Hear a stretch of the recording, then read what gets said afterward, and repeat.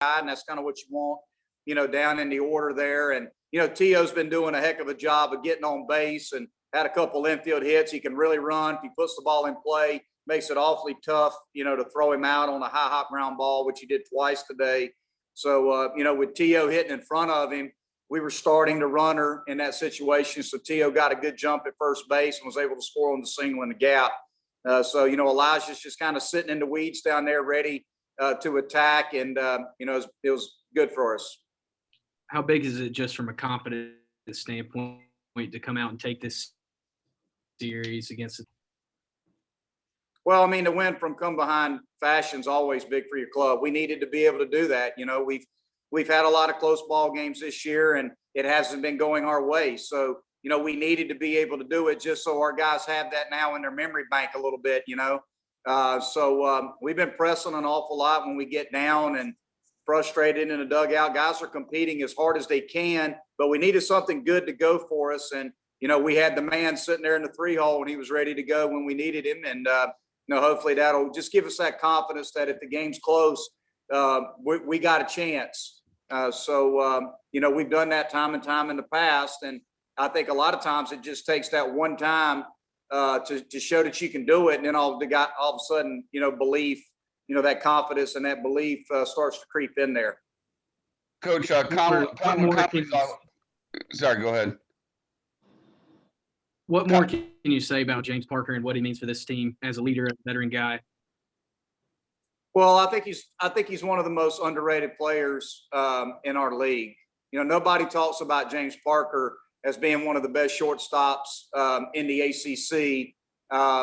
We've had a long line of really good shortstops with Logan Davidson and Eli White and Brad Miller. And look, the list goes on and on and on. In just my short time at Clemson, we've had Eli White and Logan Davidson.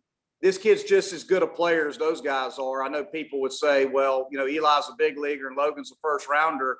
Well, just look at the stats. Look at what the guy does in the box and look at what he does on defense. He's just as good a player as those guys are. And he's the man. That's what we call him. He's our man. He's the guy that we want up at the plate in high leverage situations. He hit a 0-2 homer against the Gamecocks to tie it. He's done it time and time again. He hit the walk-off double against Cincinnati on Sunday for the sweep, and he did it again today. It takes a guy that's got tremendous makeup and confidence and toughness to want that at bat. And, the thing that James does is, if he hadn't had a great at bat in that game, he don't care. He's going to go up there and do whatever he's got to do for his team. He's a Clemson guy, he's been a Clemson guy his whole life. His dad played here. He grew up a Clemson fan. So, it's awesome to see a kid like that be able to do that for your team. Coach Connolly is obviously a really good pitcher there. Virginia Tech starter today, 11 strikeouts. Is he just your typical ground ball pitcher? I think Grice was the only one to get the ball out of the infield the first 5 or 6 innings. And you mentioned the wind blowing out today. So how important was that for them to be able to keep the ball on the ground? Well, I think what Connolly did was he didn't throw any fastballs. He threw all of our hitters. I chart every pitch in the ball game 2 times through the order. The only hitters that we had in the lineup that got at least 2 fastballs were Meredith and Grice, and that was 0-0 and 3-2. Besides that, everything in between was all speed, either slider or changeup. And I don't know if he's a fly ball or a ground ball guy, so to speak. I think the biggest thing that he does is he throws all speed pitches that start in the strike zone and then gets you to swing out of the zone and chase. And that's what we did all day long. It was more about him using our aggressiveness against us.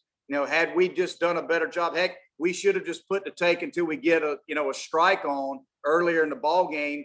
And we probably would have had some runners on base because we swung at a lot of pitches out of the zone. And that's just on me as a coach. I didn't do a good enough job of just managing at bats, but we want our guys to be aggressive, obviously. But he just has a devastating changeup and a really good breaking ball, and he's just tough to hit.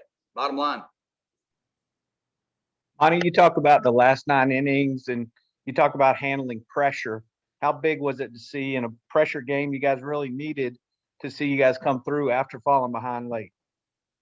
Well, that's what it boils down to, Robert. That's what it's going to boil down to in tight ball games. It's the last 9 outs of the game. That's where, your high leverage relievers have to step up. That's where high leverage at bats happen in close games. It's where defense shows up. And, we didn't do a good job of that yesterday. That's for sure. In the seventh, we gave up a big inning, but we take a lot of pride in just talking to the guys about, hey, we want to finish stronger than we started in a ball game.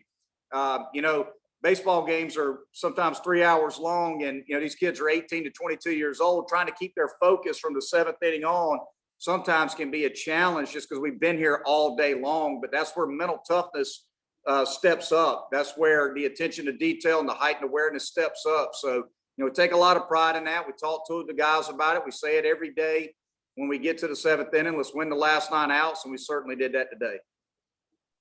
Coach, can you give any details about Davis Sharp's injury, and do you have a prognosis for him?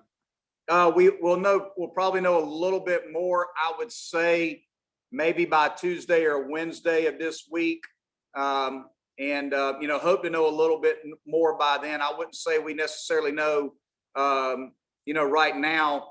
My guess is if it's still bothering him tomorrow, we'll get a little bit of a more detailed look at it, and we'll have a little more information probably by Tuesday or the middle of the week. Anything else for Coach?